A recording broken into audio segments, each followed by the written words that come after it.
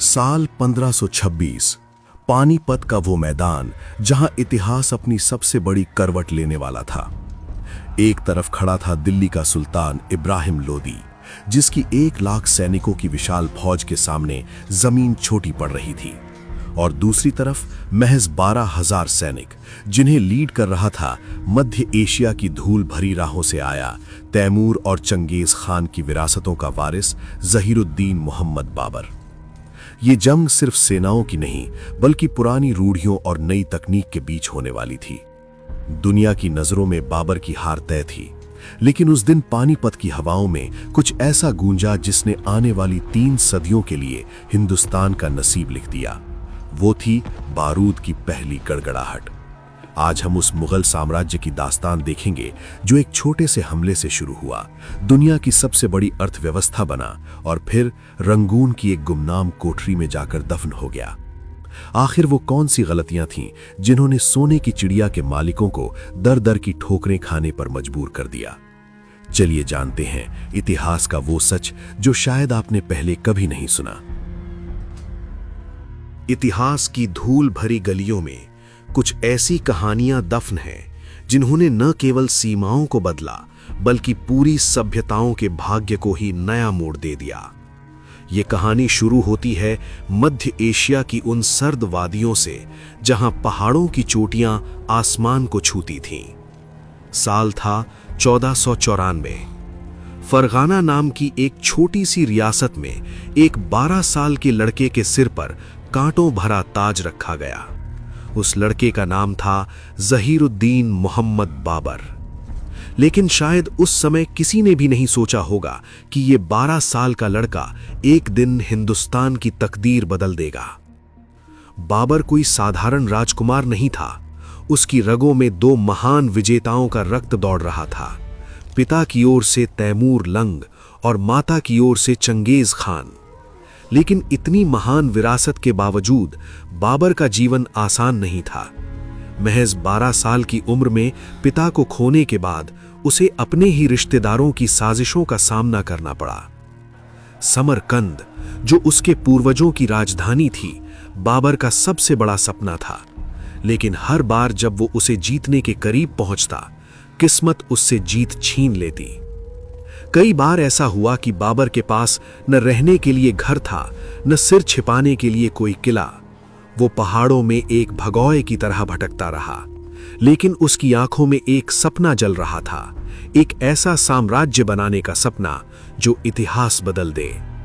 और फिर किस्मत ने एक बड़ा मोड़ लिया। साल 1504, बाबर ने अफगानिस्तान की राजधानी काबुल पर कब्जा कर लिया। अब उसके पास एक राजधानी थी, एक सेना थी और सबसे महत्वपूर्ण, एक सपना था। काबुल की ठंडी हवाओं में बैठकर बाबर अक्सर दक्षिण की ओर देखता था, जहां फैला हुआ था हिंदुस्तान।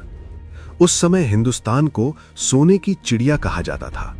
सोना, चांदी, मसाले और अपार संपत्ति। यही वजह थी कि दुनिया भर के आक्रमणकारियों की नजरें इस पर टिकी रहती थीं। लेकिन बाबर का इरादा सिर्फ लूटने का नहीं था, और यही वो बात थी जिसने इतिहास को बदल दिया। उधर दिल्ली की गद्दी पर लोदी वंश का सुल्तान इब्राहिम लोदी शासन कर रहा था, लेकिन उसका स्वभाव अहंकारी और कठोर था। उसके अपने ही अमीर और सरदार उससे नाराज रहने लगे थे। पंजाब के सूबेदार दौलत खान लोदी और इब्राहिम लोदी के चाचा आलम खान ने आखिरकार बाबर को भारत पर हमला करने का निमंत्रण भेज दिया। कुछ इतिहासकार ये भी मानते हैं कि मेवाड़ के महान शासक राणा सांगा ने भी बाबर को संदेश भेजा था। उन्हें लगा था कि बाबर अपने पूर्वज तैमूर की तरह आएगा, दिल्ली को लूटेगा और वापस काबुल लौट जाएगा। लेकिन बाबर की योजना कुछ और ही थी। वो हिंदुस्तान में एक नया साम्राज्य बसाने आया था। 15 दिसंबर 1525, बाबर ने अपनी सेना के साथ सिंधु नदी पार की। उसके पास केवल 12,000 सैनिक थे, लेकिन सामने था 1 लाख से ज्यादा सैनिकों का विशाल साम्राज्य। अगर आप उस समय किसी से पूछते कि इस युद्ध में कौन जीतेगा, तो लगभग हर कोई एक ही नाम लेता, इब्राहिम लोदी। लेकिन इतिहास अक्सर वही करता है जिसकी किसी को उम्मीद नहीं होती। 21 अप्रैल 1526 पानीपत का मैदान, युद्ध शुरू हुआ और पहली बार हिंदुस्तान की धरती पर तोपों की गड़गड़ाहट गूंजी। बारूद की आवाज से लोधी के युद्ध हाथी बेकाबू हो गए और उन्होंने अपनी ही सेना को कुचलना शुरू कर दिया। इसी पल बाबर के घुड़सवारों ने तुगलमा रणनीति के तहत लोधी की सेना को चारों तरफ से घेर लिया। कुछ ही घंटों में युद्ध खत्म हो गया और इसी के साथ भारत में मुगल साम्राज्य की शुरुआत हो गई। लेकिन कहानी यहां खत्म नहीं होती। असल चुनौती अभी बाकी थी। जल्द ही बाबर का सामना हुआ राजपूतों के महान योद्धा राणा सांगा से। खानवा के मैदान में दोनों सेनाओं के बीच भयंकर युद्ध हुआ। एक तरफ बाबर की सेना थी और दूसरी तरफ राजपूतों का अदम्य साहस। राजपूत योद्धाओं की वीरता देखकर बाबर की सेना भी कुछ समय के लिए भयभीत हो गई थी। तब बाबर ने एक नाटकीय फैसला लिया। उसने अपने शराब के प्याले तोड़ दिए और अपनी सेना को धार्मिक जोश से भर दिया। ये युद्ध केवल तलवारों और भालों का नहीं था, ये युद्ध हौसले और आत्मबल का भी था।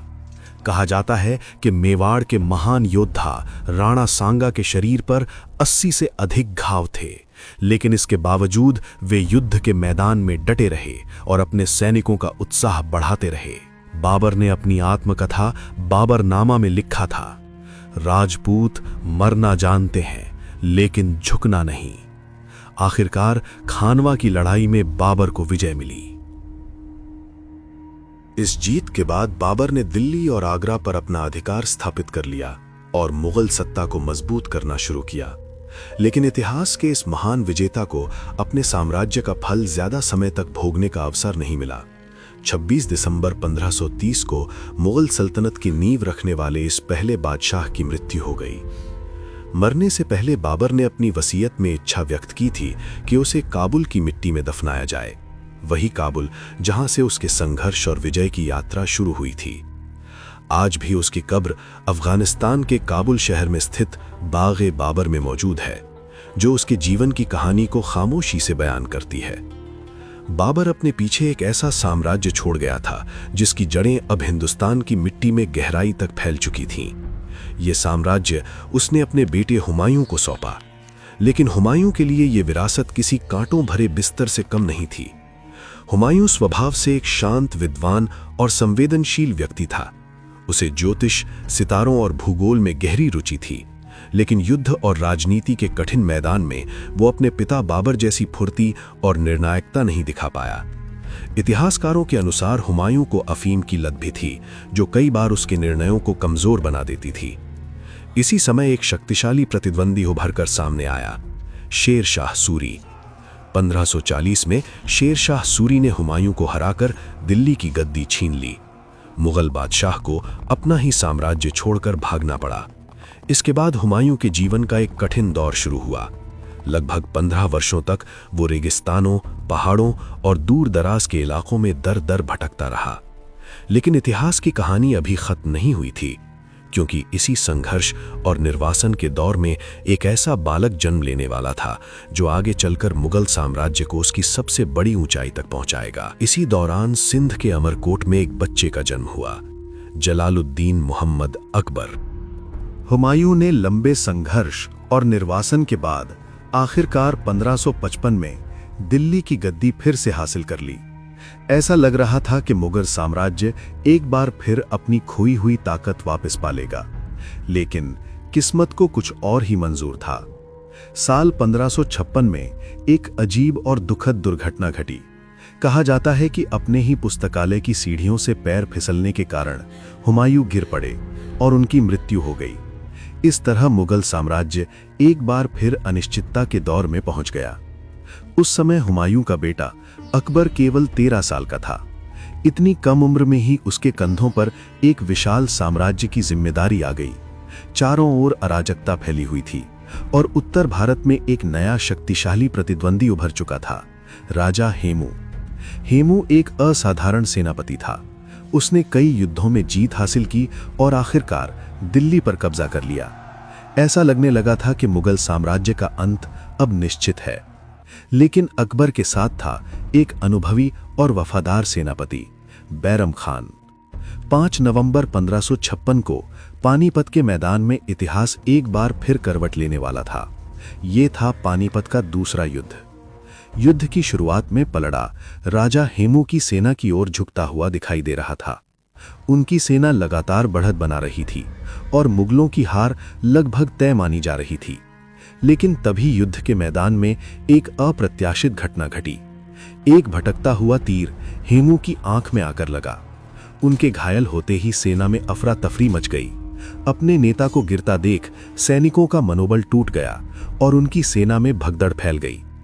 इस अप्रत्याशित मोड़ ने युद्ध का रुख बदल दिया। मुगलों को जीत मिली और इसी के साथ युवा अकबर दिल्ली का निर्विवाद बादशाह बन गया। यही वो क्षण था जहां से मुगल साम्राज्य के स्वर्ण युग की शुरुआत होने वाली थी।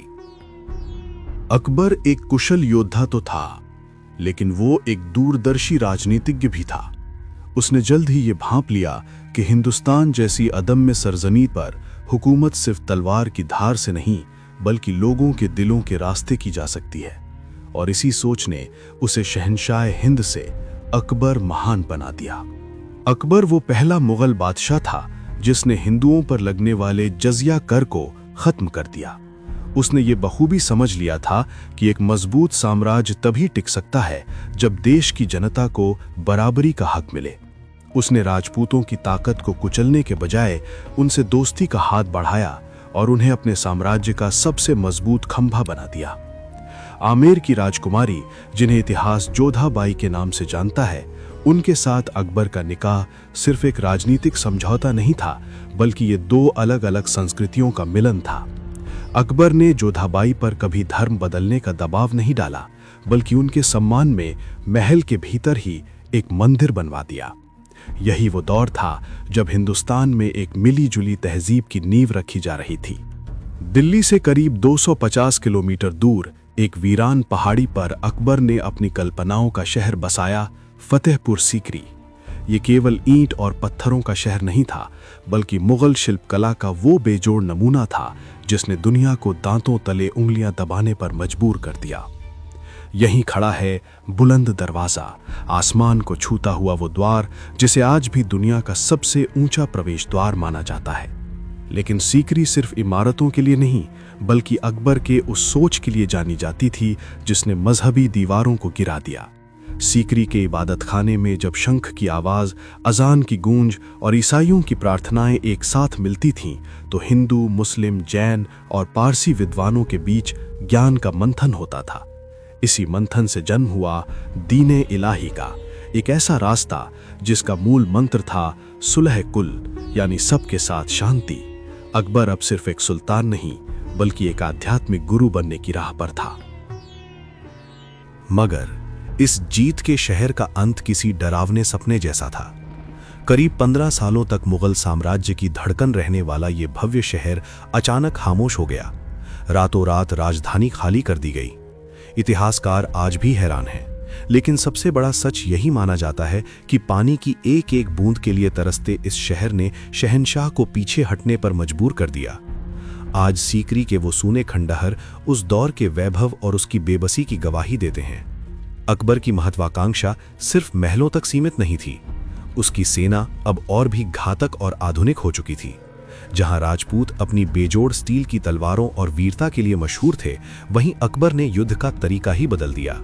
उसने हाथियों को लोहे के अभेद्य कवच से लैस किया और बारूद व बंदूकों का वो जाल बिछाया कि दुश्मन के पैर उखड़ने लगे। अकबर के शासनकाल में मुगल साम्राज्य की सीमाएं 25 लाख वर्ग किलोमीटर तक फैल गईं। काबुल से लेकर बंगाल तक सिर्फ एक ही झंडा था। लेकिन अकबर की असली ताकत उसकी सेना नहीं, उसके नवरत्न थे। बीरबल की चतुराई, तानसेन की जादुई राग और अबुल फजल की कलम ने मुगल दरबार को ज्ञान और कला का केंद्र बना दिया। अकबर ने सिर्फ एक साम्राज्य नहीं खड़ा किया, बल्कि एक ऐसी प्रशासनिक व्यवस्था तैयार की जिसने सदियों तक भारत के भविष्य की दिशा तय की। 1605 में जब अकबर की आंखें बंद हुईं, तो वो अपने पीछे एक ऐसा हिंदुस्तान छोड़ गया था जो दुनिया की सबसे बड़ी ताकतों में गिना जाने लगा था। अक्टूबर 1605, हिंदुस्तान के सबसे शक्तिशाली बादशाह अकबर की आंखें हमेशा के लिए बंद हो गईं।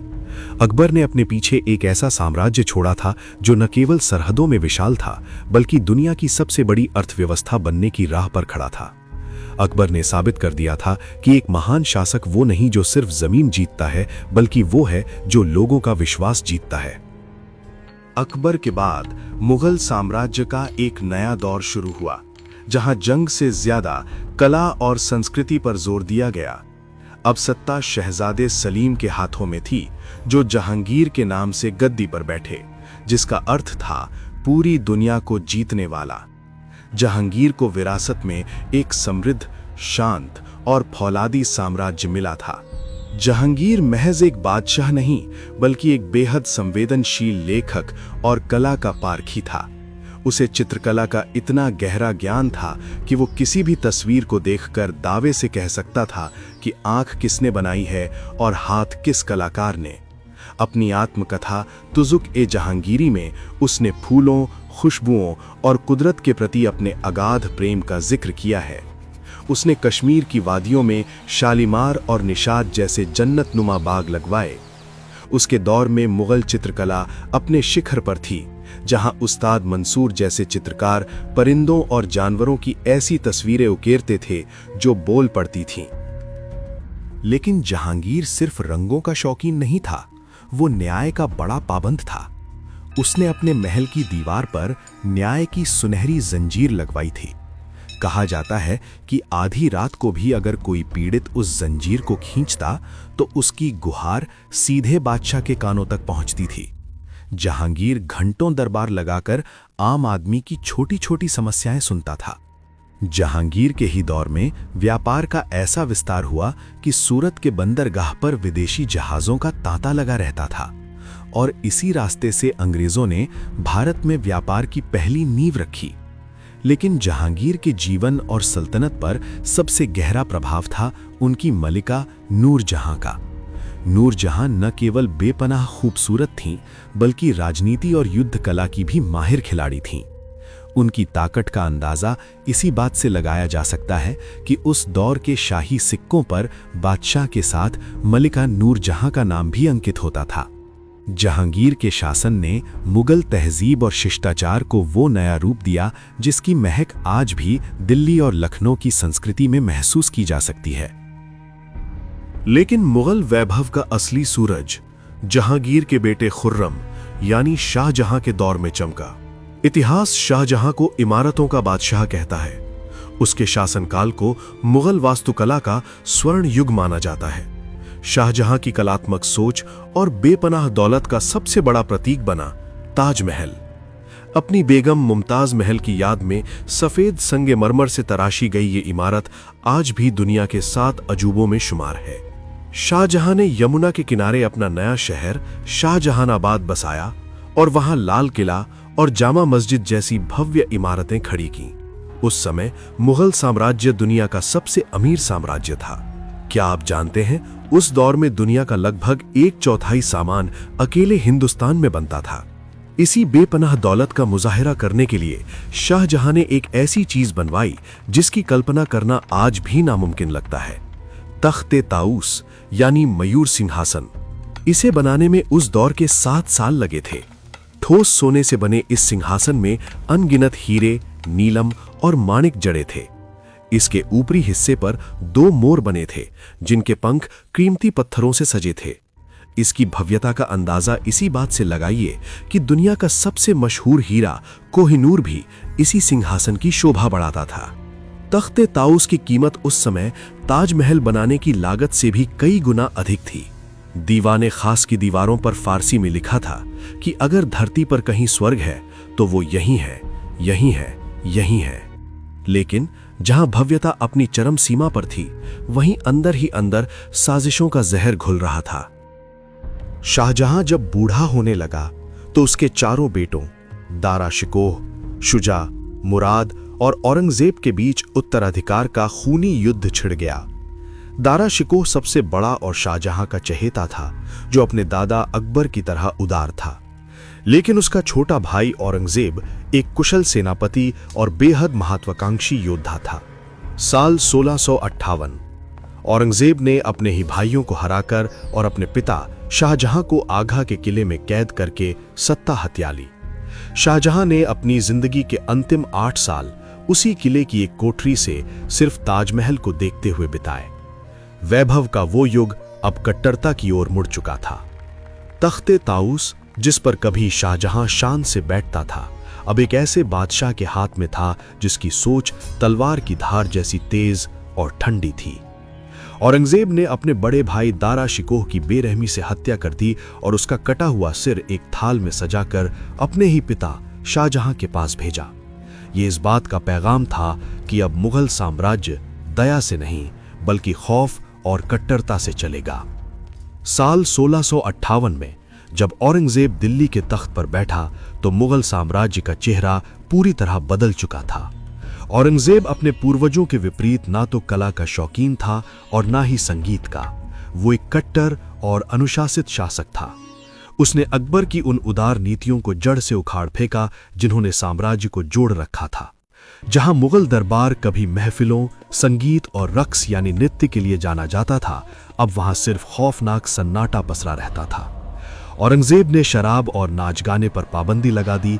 अब मुगल सल्तनत खुशियों से नहीं बल्कि सख्त कानूनों से चलने वाली थी। औरंगजेब की मौत के बाद मुगल साम्राज्य का वो फौलादी ढांचा ताश के पत्तों की तरह बिखरने लगा। उसके उत्तराधिकारी कमजोर, अयोग्य और अय्याश निकले। अब दिल्ली के तख्त पर वो रौब नहीं बचा था जो कभी दुनिया को कंपा देता था। साल 1739 में मुगल सल्तनत को वो जख्म मिला जो कभी नहीं भरा। ईरान का राजा नादिर शाह एक तूफान की तरह दिल्ली पर टूटा। उसने न केवल गलियों में खून की नदियां बहाईं बल्कि मुगलों की आन बान और शान, तख्ते ताऊस, मयूर सिंहासन और बेशकीमती कोहिनूर हीरा भी लूट कर ले गया। जिस सिंहासन पर बैठकर बाबर से लेकर शाहजहां तक ने आधी दुनिया पर हुकूमत की थी, उसका छिन जाना साम्राज्य की आत्मा निकल जाने जैसा था। इसके बाद मुगल बादशाह महज महलों की कठपुतली बनकर रह गए। बाहर की दुनिया बदल रही थी। कभी मराठों का भगवा परचम लहराता तो कभी अंग्रेजों की ईस्ट इंडिया कंपनी अपनी जड़ें मजबूत करती गई। साल 1857 तक आते आते मुगल शासन सिर्फ दिल्ली के लाल किले की चार दीवारी तक सिमट कर रह गया था। 1857 का वो पहला स्वतंत्रता संग्राम, जब सदियों से सोई भारत की आत्मा अचानक जाग उठी। विद्रोहियों ने एक बार फिर उम्मीद की नजरों से दिल्ली की ओर देखा और बूढ़े लाचार बादशाह बहादुर शाह जफर को अपना नेता चुना। लेकिन किस्मत को कुछ और ही मंजूर था। विद्रोह नाकाम रहा और दिल्ली की गलियां अपनों के ही खून से लाल हो गईं। अंग्रेजों ने जफर की आंखों के सामने उनके बेटों की बेरहमी से हत्या कर दी और मुगल वंश के इस अंतिम चिराग को कैद करके म्यांमार की राजधानी रंगून भेज दिया। 7 नवंबर 1862 रंगून की एक सीलन भरी अंधेरी कोठरी में, जहां सूरज की किरणें भी शायद ही पहुंचती थीं, बहादुर शाह जफर ने अपनी अंतिम सांस ली। जफर, जो न केवल एक बादशाह बल्कि एक बेहतरीन शायर भी थे, उन्होंने अपनी बेबसी को इन अमर अल्फाज में पिरोया। कितना है बदनसीब जफर, दफन कर लिए, 2 गज जमी भी न मिली कुएं यार में। मुगल साम्राज्य, जिसने पानीपत के मैदान की तोपों की गड़गड़ाहट और बारूद के धुएं से अपनी गौरवशाली यात्रा शुरू की थी, वो रंगून की एक गुमनाम कब्र में खामोशी के साथ हमेशा के लिए दफन हो गया। आज मुगल नहीं है, लेकिन वे अपने पीछे लाल किला, ताजमहल और एक ऐसी संस्कृति छोड़ गए हैं जो आज भी भारत की रग रग में रची बसी है। लेकिन इतिहास का सबसे बड़ा सबक यही है, साम्राज्य तलवारों से बनते तो हैं, पर टिकते सिर्फ जनता के विश्वास पर हैं। बाबर ने जिस साम्राज्य की नींव पानीपत के मैदान में रखी थी, वही मुगल साम्राज्य आखिरकार रंगून की एक गुमनाम मिट्टी में जाकर सिमट गया। लेकिन इस पूरे उतार चढ़ाव भरे इतिहास में एक चीज कभी नहीं बदली, और वो है इस धरती के वीर। मुगलों ने भारत को शानदार इमारतें, भव्य शहर और नई तहजीब दी, इसमें कोई शक नहीं। लेकिन राजपुताना के वीरों ने इस भूमि को स्वाभिमान, अटूट साहस और बेमिसाल बलिदान का असली अर्थ समझाया। यही कारण है कि आज भी जब इतिहास को पलटकर देखा जाता है तो महलों की चमक से ज्यादा उन तलवारों की खनक और बलिदान की कहानियां याद रखी जाती हैं। और शायद यही वजह है कि इतिहास आज भी आपसे और हमसे एक सवाल पूछता है। साम्राज्य बड़ा होता है ये अपनी मातृभूमि के लिए दिया गया वो एक सर्वोच्च बलिदान। अगर आपको इतिहास की ऐसी ही अनसुनी और रोमांचक कहानियां पसंद हैं तो वीडियो को लाइक करें और हमारे चैनल को सब्सक्राइब जरूर करें, क्योंकि अगली कहानी इतिहास के एक और ऐसे गहरे रहस्य को उजागर करने वाली है जिसे सुनकर आप हैरान रह जाएंगे। तब तक के लिए अपना ख्याल रखें। जय हिंद।